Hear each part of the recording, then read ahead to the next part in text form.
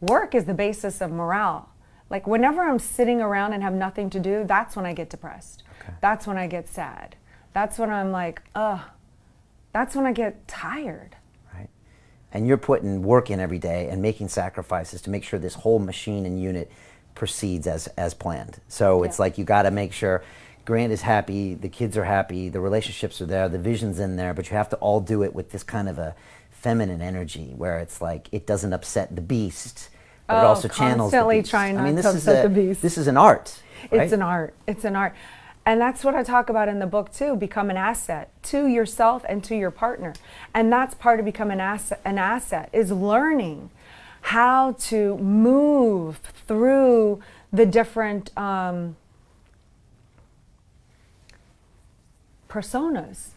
You know, the mom, the fun girl, the businesswoman, the visionary, like how to move through each role seamlessly, effortlessly, and with precision and effectiveness. You know, it's really like a skill.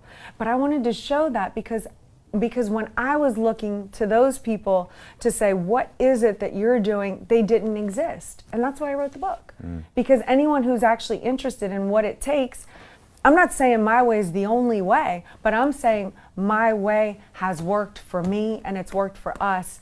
And maybe it can work for you too. I don't know. I would need people to read the book, go try it, test it, and tried and true, and then come back to me and say it works. And then I will have fulfilled my mission and made a difference for the better on the world. Why call it Build an Empire? Why are there all these references to royalty? I mean, this is like a book of Game of Thrones in here. Your royal courts, seek your own counsel. Is this a theme of empires? Why are we talking about it that way? And why build an empire in the first place? Why build an empire? Because empires are the only things that are big enough. It gets your mind thinking big enough. And if you actually build an empire, it's the only thing that can withstand a major hit and a major blow. It's the only thing that can sustain a whack, an economic whack, somebody getting cancer in your family, somebody dying, somebody losing their job. You know, normal cannot sustain that. You do that to normal, and it just cracks. And normal is very dangerous. So I don't want to think normal, and I don't like thinking in normal terms because normal is dangerous, because it gives you the illusion that everything is fine, and at the smack of a second, you're whacked and you're done. It folds, it crumbles. I know, because I've been there. I did normal, and we almost died, you know, or metaphorically speaking. But so I want people to think in terms of empire on a number of reasons, because you have to create extraordinary. Extraordinary stands up to the challenges of life, you know. Only extraordinary, built up reserves in not only finances, courage, honor, integrity, dignity, pride, experiences. You know, you lack that, you are done. You are done.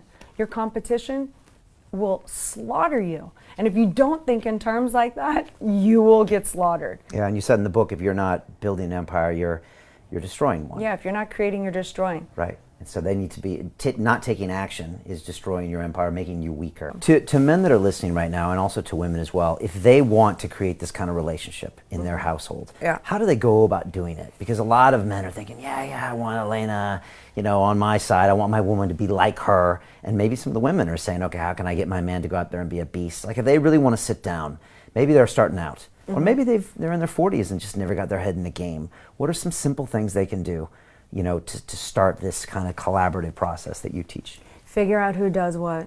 When Grant wants me to be a beast, I mean, like him, and he does grind on me and hammer on me, and when he wants me to do what he does.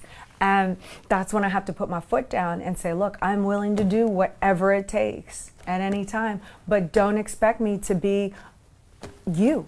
I am not you. Please acknowledge what I do and that I am the beast at what I do, and see what it is I do, because a lot of what I do doesn't look like I do anything. behind the scenes, Right. you know? So a lot of relationships run into conflict because either the entrepreneur woman might be expecting the guy to be as bullish as she is, but if he's really doing what I do behind the scenes and supporting her and raising her, like, is she really missing that that's an asset?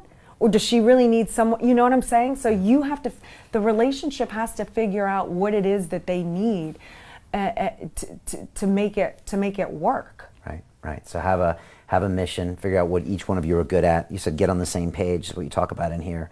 And then ride or die. What does that mean? That's like for real. Those aren't words that you just throw around. I hear those words all the time. When I say those words, I would die for real for Grant and my kids. It's not like play joke for me. It's like real, you know.